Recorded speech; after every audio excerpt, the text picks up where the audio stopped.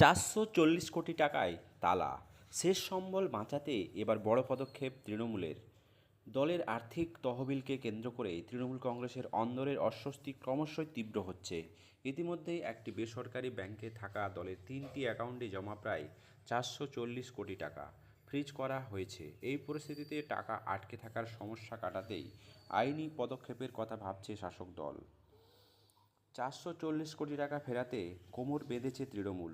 দলীয় মহলের তথ্য অনুযায়ী ১২ই জুন সংশ্লিষ্ট ব্যাংকে অ্যাকাউন্টগুলির উপর স্থগিতাদেশ জারির অনুরোধ জানিয়েছে চিঠি পাঠিয়ে অরূপ বিশ্বাস।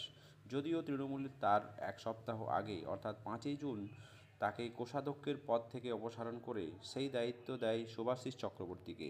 এরপরেই অরূপের বিরুদ্ধে কারণ দর্শানোর নোটিশ জারি করা হয়।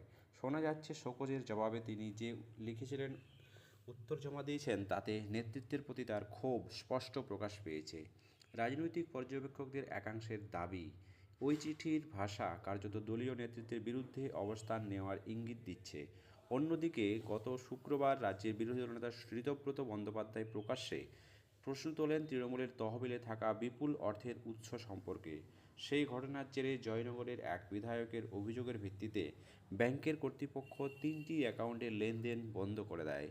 ফলে বর্তমান কালীঘাটের নেতৃত্বের কাছে সবচেয়ে বড় চ্যালেঞ্জ হয়ে উঠেছে এই অর্থ নিজের কাছে আনা। সূত্রের খবর, অ্যাকাউন্টগুলির উপর থেকে নিষেধাজ্ঞা প্রত্যাহারের লক্ষ্যে আদালতের শরণাপন্ন হওয়ার সম্ভাবনা খতিয়ে দেখা হচ্ছে। পরিস্থিতি মোকাবিলায় আইনজীবীদের সঙ্গেও আলোচনা হয়েছে বলে জানা গিয়েছে। তৃণমূলের ৪৪০ কোটি টাকা ফ্রিজ হওয়ার প্রসঙ্গে পর্যটনমন্ত্রী শঙ্কর ঘোষ বলেন, ব্যাংকিং সিস্টেমে যা নিয়মাবলী রয়েছে সেই কারণেই সিজ করা হয়েছে। এটা আমরা সবাই বুঝতে পারছি।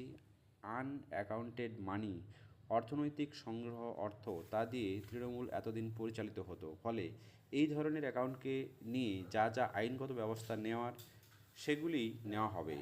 এদিন ফ্রিজ হওয়া অর্থের উৎস এবং সেই অর্থের লেনদেন সংক্রান্ত নথিপত্র খতিয়ে দেখতে সক্রিয় হয়ে তদন্তকারী সংস্থাগুলি।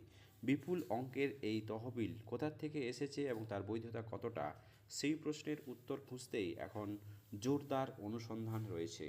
তাহলে কি সত্যিই তৃণমূলের নেতৃত্ব তাদের এই হারানো ৪৪০ কোটি টাকা আবার ফিরে পাবে? আবার কি তৃণমূল বাংলার দখলের লড়াইয়ে এগিয়ে আসবে?